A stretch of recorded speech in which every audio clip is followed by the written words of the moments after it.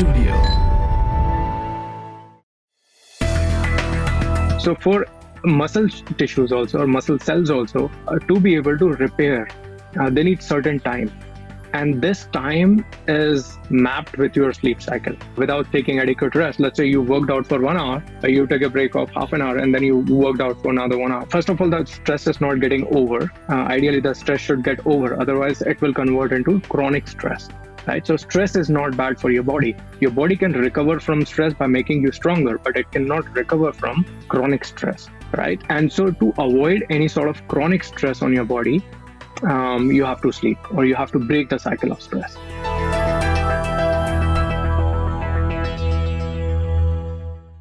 This is episode number 123 of The Inspiring Talk with Jitendra Choksi. Welcome back inside yet another episode of The Inspiring Talk. My name is Bijay Gautam. I'm your host for this show. Each week, I interview today's most successful and inspiring personalities to help you realize your inner potential.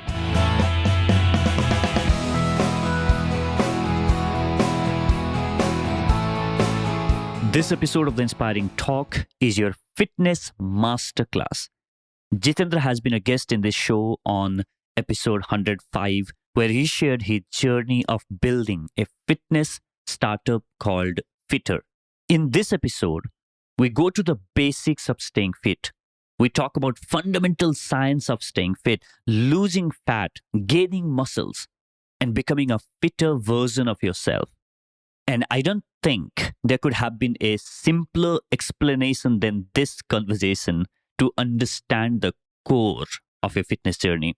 Even if you're someone who has no clue of where to start in your fitness journey, if you're confused by all the jazz and jargon that you hear on the internet, this is it. This episode is going to break down everything that you need to know about understanding how your body functions and how you can take that first step in becoming a fitter version of yourself.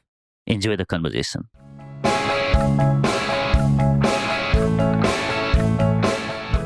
Welcome back inside yet another episode of the Inspiring Talk podcast. I'm very excited to have Jitendra Choksi once again in the show. This time, we're going to talk about fitness. We're going to talk about different myths that circulate around fitness, how you can get fitter, and if you're someone who is looking at losing fat, what are the myths that are out there and how you can lose fat. And Jitendra is going to drop a lot of scientific facts. He's going to share a lot of insights from his experience of building his own body and also helping thousands of people through Fitter community. Jitendra, welcome back to the show. Thanks a lot, Bijay. It's always good to be here. And I hope I'd be able to share enough. So thank you so much for inviting me. No doubts about that. Last time you were here, a lot of people wrote back saying that they really enjoyed your journey of becoming a fitter version of yourself and getting into this journey of building fitter. This time we're going to get into the core of it and, dive deep into the whole world of fitness and try and bust some myths. So I want to start by talking about if someone want to start the fitness journey, where should they begin? Like, what is the first step? Okay, I want to get fit. Where should I begin? I think it's a lot like asking about anything else. Pretty much, fitness is not really an isolated aspect of your life. It's much like anything else. Whether you want to get fit, whether you want to get wealthy, whether you want to achieve a better social status, all these things start with a firm belief that first I want to do it. Right? You visualize, and then the second stage of this process is learning how other people have gone there. So understanding the science of it.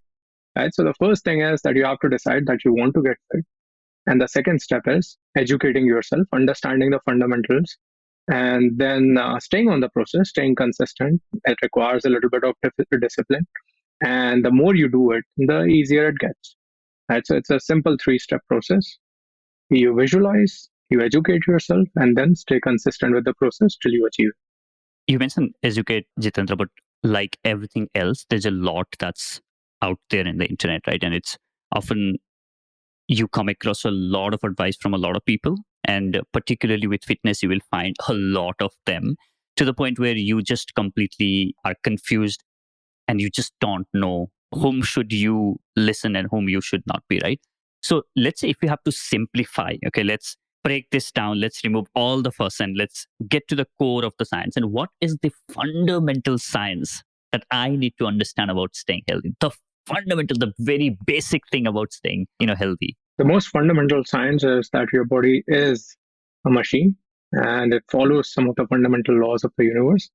One of the key fundamentals is the law of energy balance, which is extremely important. If you eat more than what you require, your body is going to use that additional energy and store it in the form of triglycerides, fats. If you eat less, your body is going to try and shed any additional energy that you have stored in your fat stores for using it for your day to day, right? So, energy balance is the most important thing that comes into play when it comes to gaining weight or losing weight.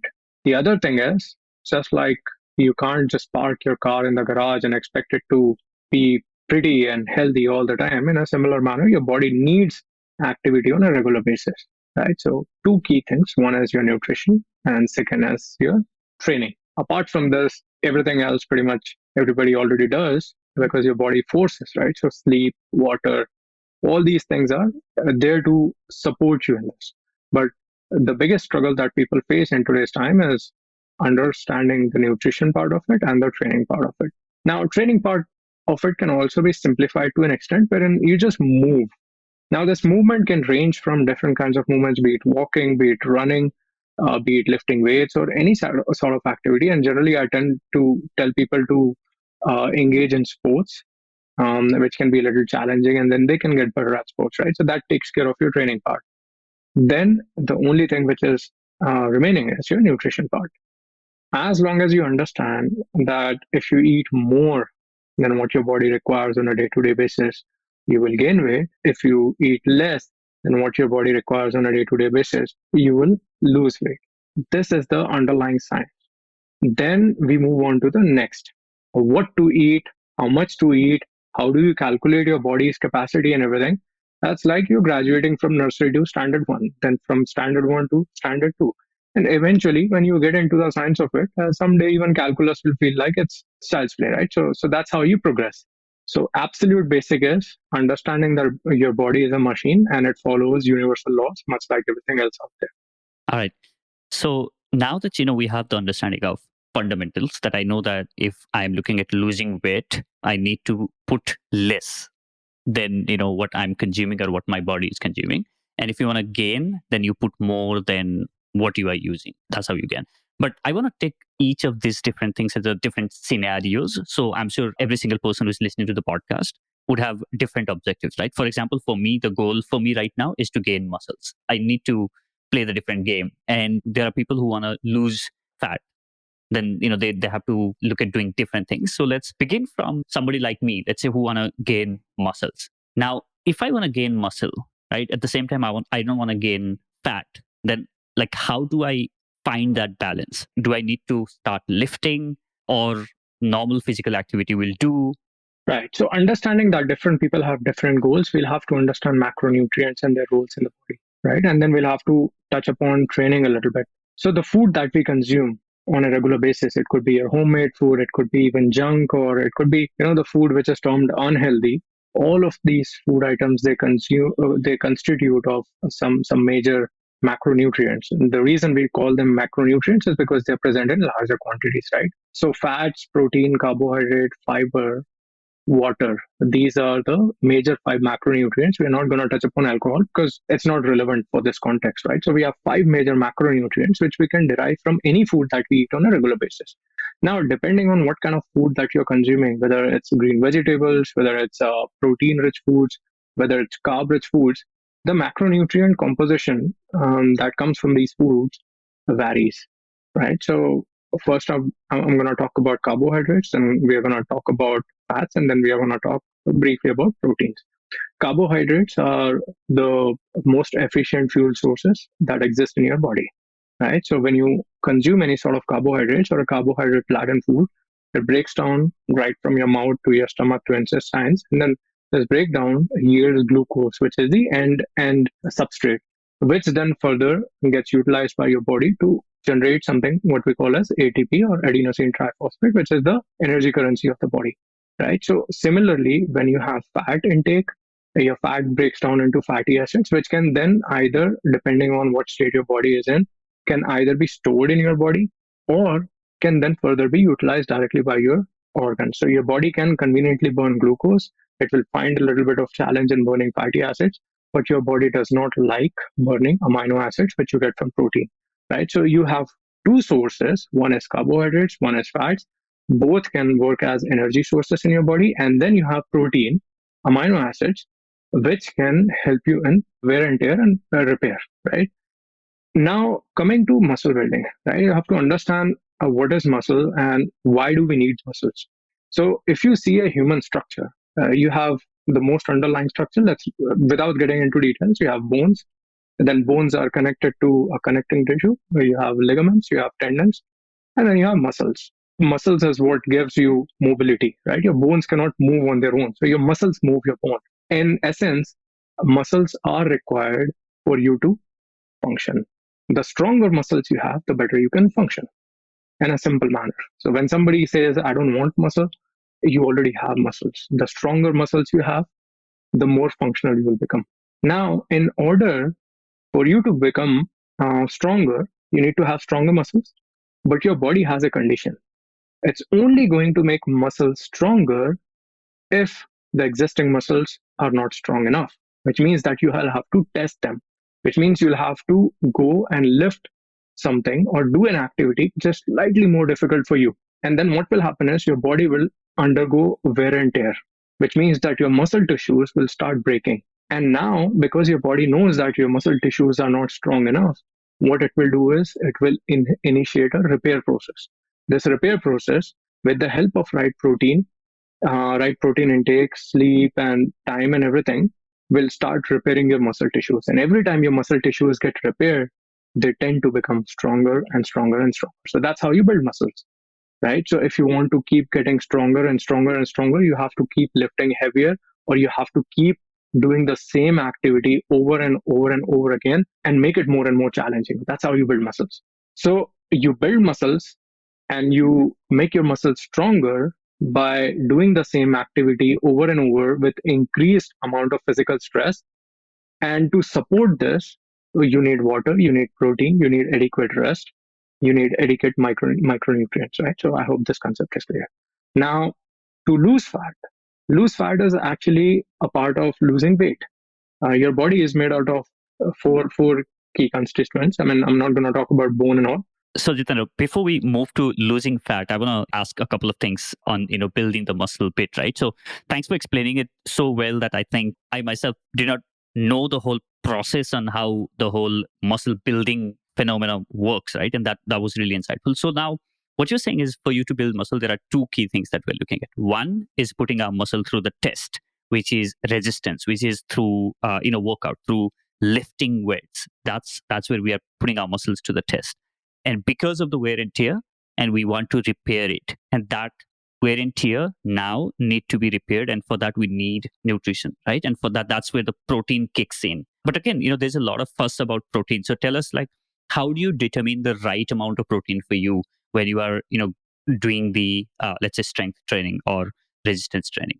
Well, protein needs vary from individuals to individuals, right? And depending on your age, your weight, your background, your physical activity, you can come at a definitive formula. But the general recommendations for protein intake varies from zero point 0.8 gram per kg to 1.2 gram per kg. These are in line with what the Indian government also recommends, right? In the US, the guidelines are a little different. And for athletes, the guidelines are different. For the kids, the guidelines are different. For elderly, it is different. But what I typically suggest is that you calculate your existing protein requirements, which means that you calculate how much protein are you currently taking on a regular basis. You increase 10 to 20% along with exercise. And then if you don't feel any issues and if you feel like you're getting stronger, keep bumping up this protein, right? I'm not saying you keep bumping it indefinitely, but if you're not feeling any issues, you can easily go up to, let's say, 100, 150 grams of protein on a regular basis. But it also depends on you matching with the right kind of activity. If you're athletic, if you're a sports person, you can easily bump your protein intake to from 100 to 150. And if you're tall enough, you're heavy enough, you can even bump it up to 200 grams, right? So it all varies. It depends. But general recommendation is calculate what you're already taking and then bump it by 20%, see where you are at, and try to be in this. The minimum recommended values, you should at least meet those minimum recommended values over a period of time, if not immediate. So 0.8 gram to 1.2 gram per kg of body weight. If you don't meet this, then what will happen is your body will not be able to maintain your muscle mass. And as you keep getting older and older, the body tends to lose muscles, age related sarcopenia. And so, if you want to hold on to your muscles, you have to provide nutrition. Got it. And there are also people like who go and focus a lot on weights and so on and so forth. And if you do not supplement that with your protein, let's say adequate amount of protein, then you are losing your muscle mass. Is that what you're saying? Again, there are a lot of boundary cases. There are a lot of edge cases where people without sufficient amount of protein intake can also maintain their muscles, but that would require very extreme amount of resistance training and where your body adapts, right? But those will be extreme cases. But in general, yes, if you do not supplement it with the right amount of protein, you will lose muscles. So for general population, you will lose muscles. Yes. Got it. Okay. Also, one of the things is like when it comes to workout, what I also see a lot of people discounting is the role of rest, right? Because as you have said that the whole process of building muscle include two parts of it, right? So one is training and another is like putting your muscles into stress, and another is recovering. And for that recovery to happen, you need your body to rest. Tell us more about that. What role the entire process of resting plays in building the muscles? Got it. And it is not just in the context of muscles. It's throughout your body, right? Your body grows through stress. Your body grows through stress, and the muscle tissues or any tissues for that matter. Think of them as individual tissues, right? Just like we need to sleep to be able to get up and feel fresh in the morning. Each individual cells in your body, they go through the similar kind of cycle, right? So they need to eat, they need to function, they need to repair, and then they need to let's say perform optimally, right? So for muscle tissues also or muscle cells also to be able to repair, they need certain time, and this time is mapped with your sleep cycle. So let's say if you worked out today, you worked out today and you did some sort of repair to your muscles, and without taking adequate rest. Let's say you worked out for 1 hour, you took a break of half an hour, and then you worked out for another 1 hour. So what is happening is the stress is not getting. First of all, the stress is not getting over. Ideally, the stress should get over. Otherwise, it will convert into chronic stress. Right. So stress is not bad for your body. Your body can recover from stress by making you stronger, but it cannot recover from chronic stress. Right. And so to avoid any sort of chronic stress on your body, you have to sleep or you have to break the cycle of stress, right? So stress is good for your body. Your body becomes stronger through stress, but chronic stress, which is a prolonged stress without any kind of gap, is bad. It's like you go to work, you can perform optimally, but if you just keep working, your work performance gets affected, right? So you work one night in a row, your body can still tolerate. You work 2 nights in a row, 3 nights in a row, you will start getting hallucinations, and you'll go bonkers. You won't be able to focus on anything. So it's the same with your body. Stress is good, chronic stress is bad, and that's why gap is needed, rest is needed. So is there any ideal number of days that you recommend to people, or it again all depends on person to person and how many days you can work out and how many days you can take rest in a week? Well, there's no fixed formula. Of course, the bodybuilding industry, they indulge in different kinds of recommendations and these things. Personally, I work out all 7 days a week. Yeah, I work out 365 days, all 7 days a week. And I believe that, 1 hour of workout or 45 minutes of workout can easily be offset through 8 hours of sleep on a 24-hour cycle. But if you are, let's say, an athlete, a recreational athlete, or a professional athlete for that matter, where you go through extensive bouts of training, where you're training or performing on peak days for, let's say, 5 to 6, 7 hours, then you need a long duration of rest. Then you need longer duration, So anything which is not routine, anything which is kind of throwing your body off balance would require a little longer to get your body back into balance. I'm working out with the same kind of frequency, same training with a little bit of added stress on a regular basis. So I'm not throwing my body off balance. Right. So that's why I can easily work out for 7 days a week, and which is the case for 90% of the people out there. They can go ahead and work out 7 days a week because they are not throwing their body off balance by working out for 4 to 7 hours. But if they do that, for instance, marathoners, right? Once they're in marathons, they definitely need longer periods of rest because marathons can go up to 3 hours, 4 hours, sometimes even 8 to 12 hours, right? And so they definitely need extended periods of rest so their body can repair all the damage that has been done through that extensive bout of training. So it means somebody who is, starting, obviously they will need to take a bit more rest because they haven't been lifting, and all of a sudden they started lifting, and Yes. all of a sudden your muscles are going, oh, what's happening here, right? Yes. So you want to take more frequent rest, and also you mentioned that you are not putting to the extreme level of stress all of a sudden. It's incremental, but it's like a very not like a huge difference from what you were lifting yesterday to what you are doing today, right? So once you are at the point where you are almost at the place like where you're like, yeah, I'm comfortable with this lifting this much and this will help me keep me in shape. Once you reach that point, and you can like, okay, now it's more of a routine. I'm not putting to the extreme stress, and then you can see the intensity of your workouts or the incremental training, the progressive overload. It should always be in tune with what's sustainable. If you try and grow by 1% every day, that's a very sustainable path for you. You can put additional 1% efforts, but let's say if you start putting 10% additional efforts, you will suddenly reach your peak. And after that point, you will throw your body off balance, wherein it would either require more rest, or you will start losing muscles, or you will start feeling tremendous bouts of hungers. So there's always that risk that you run into when you put yourself to extreme. Now, 1% every day over a period of time can still make you look like a professional guy who puts in a lot of efforts compared to a beginner. For instance, when we see these cricketers or boxers or some of the best footballers in the world with their incredibly amazing performance on the field, we have to understand the years of training that they've had under the belt, right? So some people have been training for 20 years or more, and that's how they have been able to achieve that. So it's not that they were born talented or they did not go through the same learning curve.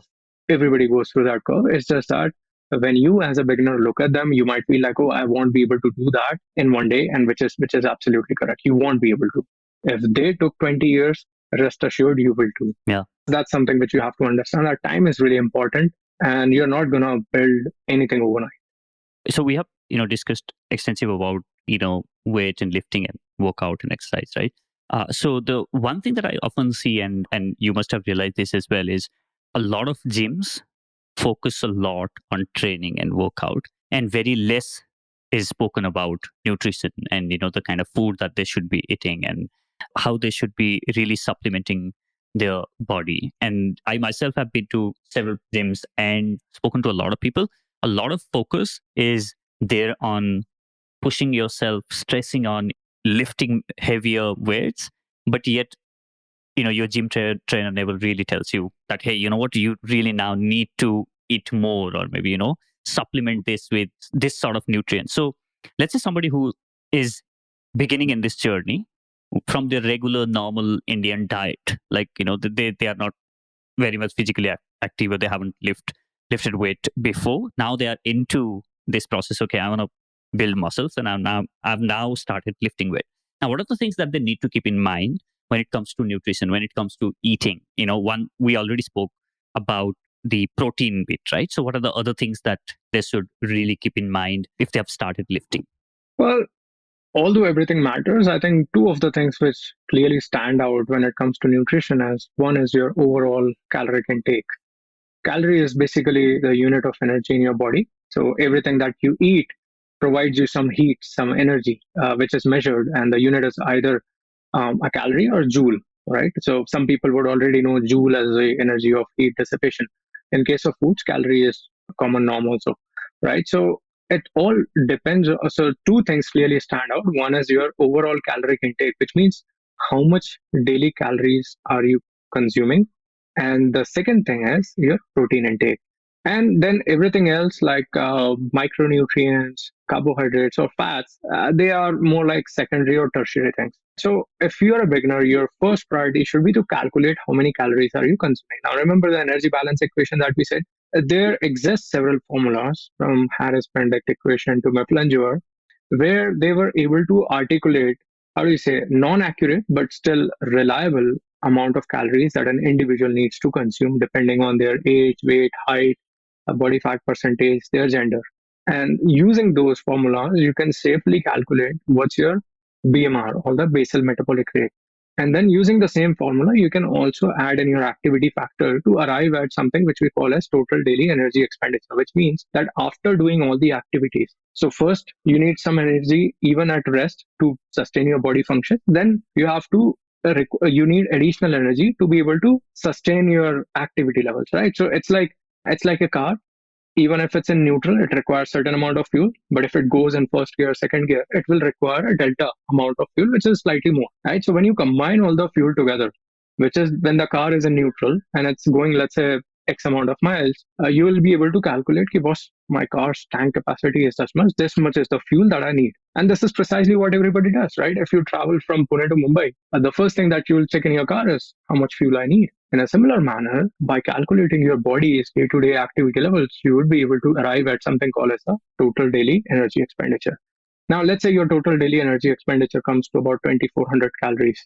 If you want to lose weight, what you're going to do is you're going to cut down 200, 300 odd calories from 2200 calories, and then you will start experiencing weight loss. Now, weight loss could be a function of losing fat, losing muscles, losing glycogen, as well as losing water, right? Weight loss is not fat loss.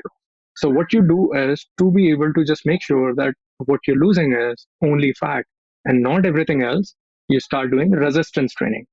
By engaging in any sort of training, resistance training specifically, you give your body a reason to hold on to muscles while everything else could be spared. In this case, which is fats, right? So you focus first on your overall caloric intake.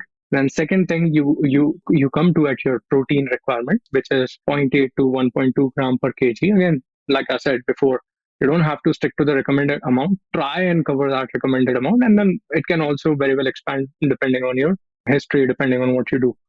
So these two things, once you have formulated, you just have to follow the plan, and that's how simple it is. It does not need to be complicated. So calculate your caloric intake, create a deficit or a surplus depending on whether you want to lose fat, gain muscles, and then follow get your protein intake right, and then do some sort of training. So that was so simplified. That why is it so? There's so much fuss, so much advice, so much stuff out there on the internet. So what you've shared, it sounds very simple. And if you really, for someone who is just a starter, who is a beginner, it all seems so much fuss. It all seems so overwhelming. And I think half of the people don't even get started in this journey because they realize that, oh my God, there's a lot out there and I just don't know how do I begin.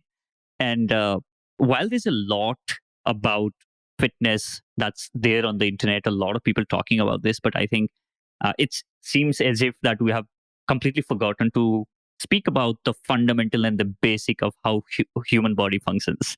That's actually the problem. What happens is we try to look for something which is outside when in reality it's all in the fundamentals, right? Like once I explain you how a car functions and you are able to correlate, like, yeah, this is exactly how it works. If I put fuel in my car, it starts going to X, it covers X distance. But the minute you tell that your body also behaves in a certain manner, people are like, how is this possible? It can't work. In a similar manner, you are okay counting your cash, you're okay calculating your weight, you're okay calculating everything in the world except your food.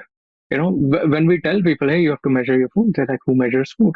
So it's a lot of too much gibberish, too much misinformation out there on the internet, which is resulting in this catastrophe.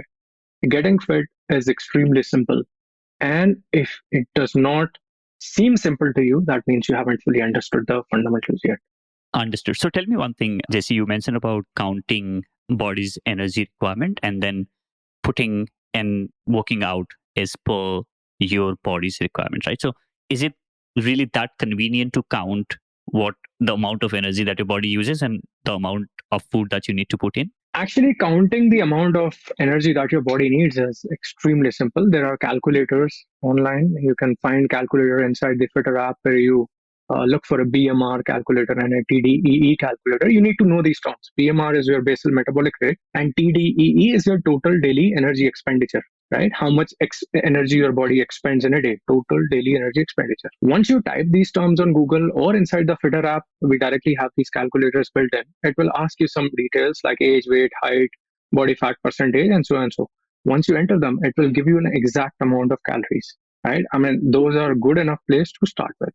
Now, once it has given that amount, that how much you need to consume, then depending on whether you want to lose fat or gain muscles, you can increase or decrease calories from that amount, right? So if your TDEE comes out to be about 2000 calories, if you want to lose fat, you reduce 200, you consume 1800 calories on a regular basis.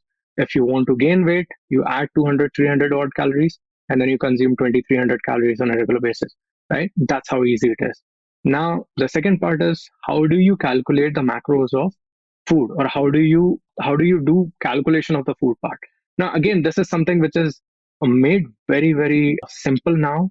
You have tons of calculators online where all you have to do is just search the food items that you're eating and put them in the quantity that you're eating. Rest of the calculation is easily done by these calculators. Twitter has it, Diet2Log. You have apps like MyFitnessPal. You have HealthyFyMe, right? So literally thousands of options available for logging your food, and it does all the calculation on itself. All you have to know is these principal fundamentals, right? TDEE, deficit, surplus, that's all. That's great. And also you mentioned about the scenario for the people who wanted to lose weight, right? So you already, mentioned about if you want to lose weight, then you take less amount of calorie, but you want to retain the muscle mass. That's why you do resistance training. So you call this something called as like a fat burning zone, right? So finding that sweet spot, which is a fat burning zone because you want to just lose or burn your fat. Your body burns fat all the time. Your body burns fat all the time. Your body burns glucose all the time. And there's no such thing called as a sweet fat burning zone. I know, like people see that on the treadmills, and it says fat burning zone, and this is where you'll burn most amount of fat. It's actually irrelevant in the context of your 24-hour cycle. And in long term, that sweet fat burning zone, it looks very appealing, but it has nothing to do with your actual fat loss. What your body goes through in a 24-hour cycle, and then over a period of time what it goes through is what matters, because at the end of the day, your body is going to lose fat only if it needs to, wherein you put a demand on your body, boss, I don't have enough calories to store, so why don't you deplete the existing fat stores so I get some energy for my system. It's as simple as this. You have your car, you have a tank, there's the fuel, but the tank fuel, if it goes down, your body kicks in reserves. So your existing body fat stores work as a reserves. So unless until your main fuel tank is running low on fuel, your body will not kick in reserves, right? So all you have to do is just create a demand, which is like take lesser calories than your total daily energy expenditure, and your body will automatically start burning fat for fuel. That makes sense? Yeah, absolutely. Super. So the third scenario here is like for the people, okay, I don't want to lose weight. I don't want to build muscle. I just want to stay fit. I mean, they have to define what do they mean by staying fit. I mean, if they think they are fit, then that's the end of the argument. Maybe I'm just looking at staying healthy. I don't want to maybe get caught with the chronic illness. I just want to stay active or stay fit. Maybe you just calculate again your calories intake and just take the right amount of it and do basic physical activity. Yeah, that's a good idea. It's much like saying, I don't want to get more rich. I want to stay as rich as I am. So yeah, fix your income levels and fix your expenditure. But see, the thing happens is that even though your income and expenditure remains same over the years, and you think that you'll be able to maintain yourself, inflation happens. Which means that if you are still earning same income after 10 years time, your overall value of your savings or your richness actually goes down. The same happens in the case of body. As you age, you cannot maintain the same levels of fitness. The same level of fitness will bring you down to slightly poorer levels of fitness as you age, right? So the only way to counter age is by putting incremental efforts. right? You can't stay rich unless until you keep trying to get more rich. Money makes money. That's why people invest. Why does it not happen that people, once they get money, they put everything in fixed deposit and just go home and they say, I don't want to earn? Because everything else happens, right? You have inflation, you have incidents, you have accidents, you have deaths, you have people around you. There's so many things that keeps on happening, and then sometimes you miss a paycheck, right? So in a similar case, here it's very difficult to maintain your body in a similar shape unless until you're putting incremental efforts over a period of time. So the whole illusion that I'm fit, I just want to maintain fit, it can happen in a short term, but over a period of time, even if you do the same thing, you're automatically slipping because of age. That makes sense. But if you just want to maintain the same weight, calculate your total daily energy expenditure, eat the same amount of calories every single day, you'll stay at the same weight. Jitendra, you have simplified this to such a level that are you saying that all the fancy diets that are out there that people talk about and all the fancy stuff that people talk about are at all not required? What's your take on that? I'm sure, we all have heard about all these different diets that people are on and whatnot, right? So do you think that all is not required if you just understand this simple thing and just stay consistent and do it for the long enough?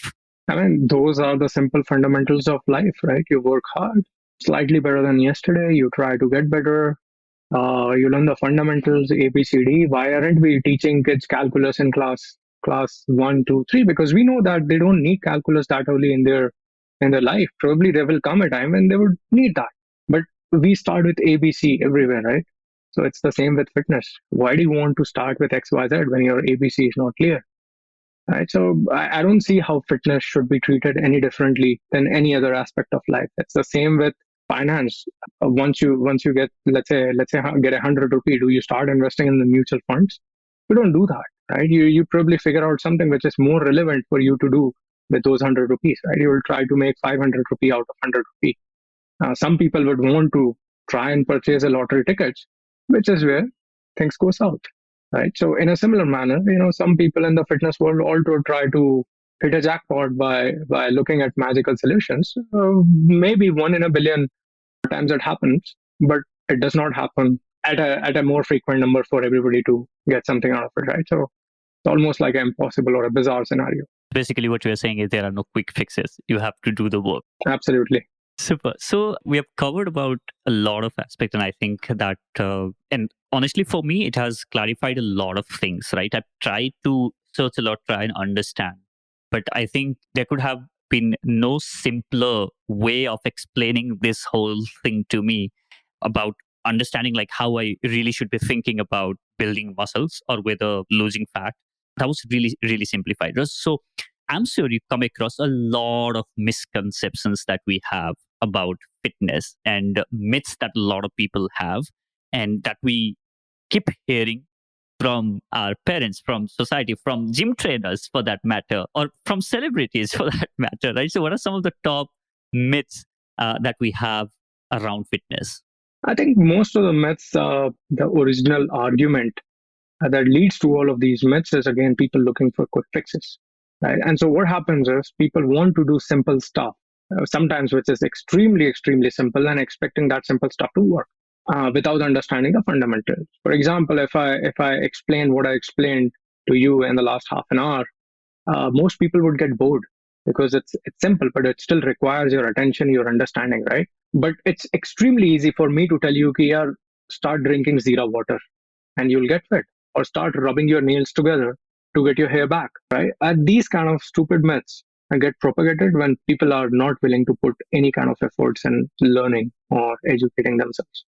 You can't get to calculus unless until you understand basic algebra, and you can't understand basic algebra unless until you understand ABCD, right? So everything is a learning, everything is a process, right? And people need to understand that without learning, they will never get anywhere, and everybody will take them for a ride.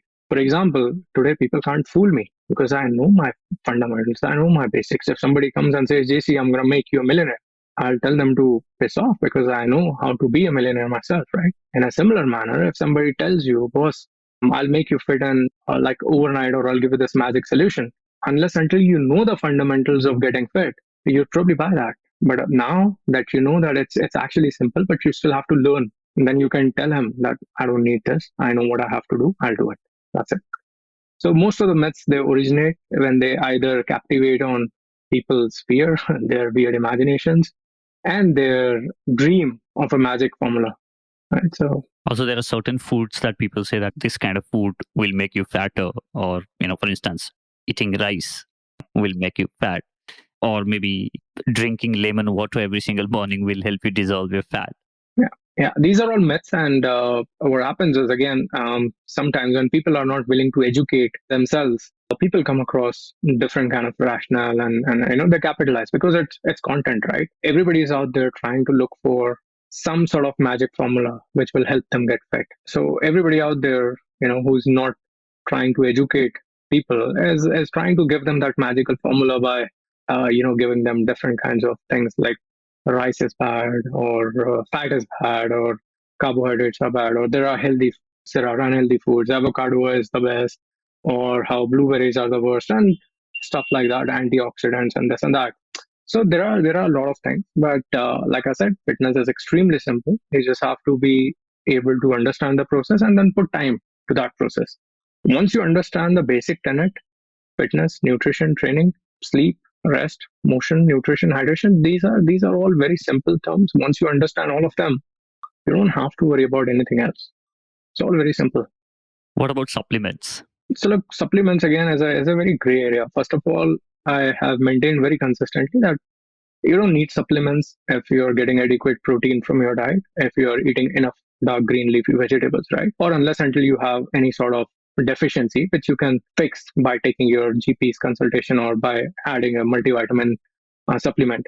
The reason why I don't endorse supplements or tell people to go for supplements is, first, if you're talking about democratization of fitness, you have to understand what democratization means.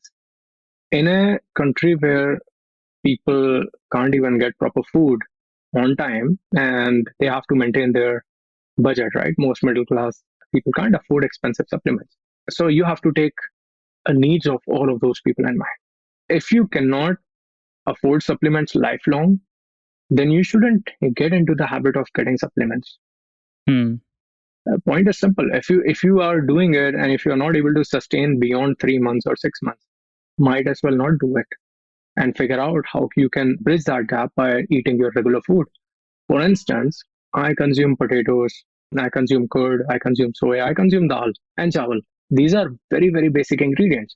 And when people look at my diet, they would probably think, oh, this guy must be eating some sort of superfood. The secret is that I eat the same food every single day, right, with a little bit of variety. And I'm a very simple guy, right? So the secret is consistency, the secret is simplicity, the secret is to be able to adhere to the same boring routine over and over and over again. That's how you get better at it. There's no secret. The secret is this: discipline, consistency, and sticking to the process. So if you can't afford supplements beyond a 3 month, 6 month period, you don't need supplements. So the basic question, do you need supplements? No, you don't need supplements. Are supplements good? It depends. Yeah, it depends. If you have deficiencies, if you're not able to complete your whey protein, if you like a little more convenient lifestyle, sure, why not? Now that you have mentioned about, that you consume rice, dal, soya, and potatoes, want to know like what typically your diet consists of? You have this ripped body that a lot of people dream of. Like, what does your diet includes? Like, is it just the regular food? I'm sure it's not. Then what are the kind of diet that you put on your body yourself? Yeah, so actually, what I just told you is exactly what my diet is all about. So I have aloo palak, which is aloo is potatoes, palak is your spinach. So aloo palak gravy along with 100 grams of rice, right? So that covers my carb intake. And then I take dal around 150 grams, which gives me roughly 40 grams of protein. And then I take soya, and then I take lots of curd, right? So I love curd. So I take around 600 grams of curd, which is like super low calorie. It kind of works as a dessert. So yeah, curd, soya, and dal, which is where my protein primarily is coming from. Some days when I'm not able to, let's say, if I'm going out and I'm not eating food at home, I come back and quickly take one scoop of whey protein, put it in the curd and eat, right? But that's about it. So soya, dal, rice, potatoes, and spinach, and curd, lots of curd. And you don't eat non-veg?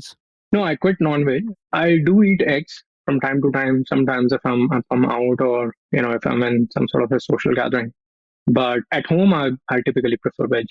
Super. Thanks for sharing that. So now let's talk about your book, Lose Fat, Get Fitter, The Simple Science of Staying Healthy for Life. And people must have realized after listening to us for almost half an hour, you simplifying the science of staying healthy for life. I have gone through the book and I loved the simplicity with you have explained the science of staying healthy. And after reading this book and also the conversation that I had with you right now, made me realize that how simple this is, and it made me wonder, why was it that people made this such a fuss about this? Why this simple information was made so complex that people dread like hitting gym, just like, I just don't know what this is all about. And I'm thinking that, hey, you know what, the moment I start hitting gym, that means I need to take some sort of powder, I need to take some sort of stuff, and so on and so forth, right? So there's a lot that's there, and because of which, even a lot of people doing the right thing always have in back of their mind, like, am I doing something wrong? Should I also be taking that protein powder that's new in the market, or that supplement that everybody is talking about, or that new diet that everyone is talking about? So, first of all, thank you so much for simplifying everything on your book. So, tell us a bit about what made you write this book, try and share this knowledge with everyone and bring it in the market. So 6 years back, I wrote the book called Get Shredded, which was a culmination of everything I knew back then. And the book went through several revisions, and it was uploaded for free. Right, the idea was that people will read this book and they wouldn't need my help, and they can just get fit on their own, which happened in larger majority cases. But for some people, still the book felt a little more technical, and so a lot of people wanted me to make it even more simpler than Get Shredded document, which is what I've tried to do it. Then they wanted us to cover some case studies. Then they wanted us to talk about specific cases. Wanted us to cover about how to build a training plan. All right. So all those things, by taking in feedback from these people over the last few years. Then Rupa Publications, they contacted me. They told me that it'll be a good idea if I wrote a book, because people are looking for health and wellness, self-help books. And so it was like I had something like this in mind. People already had sort of a demand, and then Rupa approaching me was kind of like a final trigger. So I said, sure, let's do it. And it took a lot of time. I think almost 2 years to finish. Yeah, because Get Shredded was already simple, right? So, and me at a certain fitness level, I can't sometimes relate with what is simple and what is complex for an absolute beginner. Right. So I took in feedback from a lot of people who were absolute beginners, had no clue about what fitness is, where to start, and incorporated all of this and Lose Fat, Get Fitter. The idea was that no matter at what age group, what experience, what gender, what profession, what background you are from, you will still walk away more knowledgeable, and you will still be able to stay fit for life by just following the basics outlined in the book. Super. I absolutely loved reading this, and I love the simplicity with which you have explained everything. And I also love the way you draw a lot of parallel with a lot of things that we can understand, right? So the way you have mentioned about the car, or the way you have given other analogies which we can completely relate. That makes sense, right? So Yeah. so yeah, I mean, I love that. So I highly recommend everyone listening to check the book out. I'll put the link on the description of this episode. Before I let you go, Jitendra, is there any one last piece of advice that you want to leave our audience with when it comes to fitness? Yeah, don't worry too much about getting fit. Remember, getting fit is just a matter of hygiene. I'm sure you would have different reasons, but one of the best reasons, and one of the primary reasons that you should focus on when you're starting your fitness journey is that it's body's hygiene. And without a healthy body, you cannot have a healthy mind, as our ancestors have told us, as Mahatma Gandhi did tell us, right? So, a clean body, clean mind, clean house, clean intentions, all these things, the fundamental pillars of growth. And when I talk about growth, we are not just talking about physical growth, but mental, social, emotional, and of course, financial growth, right? All these things work hand in hand. Do not ignore any of these aspects. Start by doing what's more simple, which is the physical health, and then build from there, right? Physical, mental, social, emotional. All of these things go hand in hand. So don't ignore any of these things. All right. It has been great conversation, JC. Thank you so much for being on the show once again. Thank you.